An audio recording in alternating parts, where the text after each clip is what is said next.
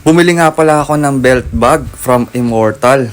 Ito yung version 1. Nasa halagang 250 pesos ay masasabi kong sulit na sulit. Paano ba naman? Pagbukas mo pa lang ng parcel, babungad sa'yo agad yung bag. Ang kapal ng tela. At may palibreng sticker pa. At ito, tingnan natin yung quality ng bag. Mapapansin nyo na may strap dyan. At may maliliit na bulsa.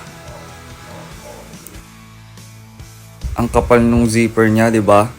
May secret pocket pa dito sa loob. Maluwag din yung main pocket niya at may bulsa pa sa likod.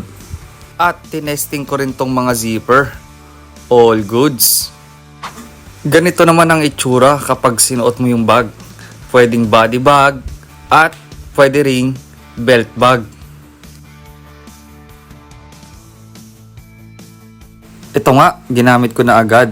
Nilagyan ko na ng cellphone at wallet. Pwede mo rin lagyan ng mga resibo or parking ticket, pati na rin ng mga papel ng motor. And that's all. Thank you for watching.